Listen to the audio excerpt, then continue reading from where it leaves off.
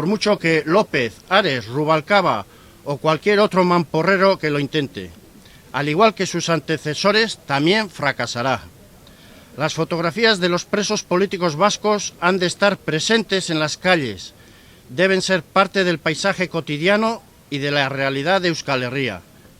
Son un elemento imprescindible para denunciar la impunidad de aquellos que aplican unas políticas penitenciarias que no han acarreado más que sufrimiento y muerte.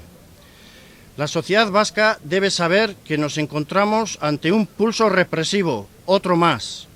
El objetivo de Interior y sus voceros mediáticos es extender el miedo para, a través de la propaganda e intimidación, la solidaridad desaparezca de calles, plazas, bares o fiestas de los pueblos. No lo van a conseguir. Cuanto más digna y solidaria sea nuestra respuesta, más difícil lo van a tener.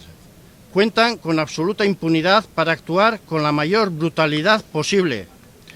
Y es que saben que tan solo así tienen alguna posibilidad de silenciar una realidad que les incomoda.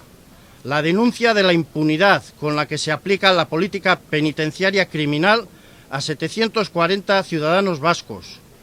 Por eso, las fotografías de esos 740 ciudadanos y ciudadanas vascas tienen que poblar nuestras calles durante este verano.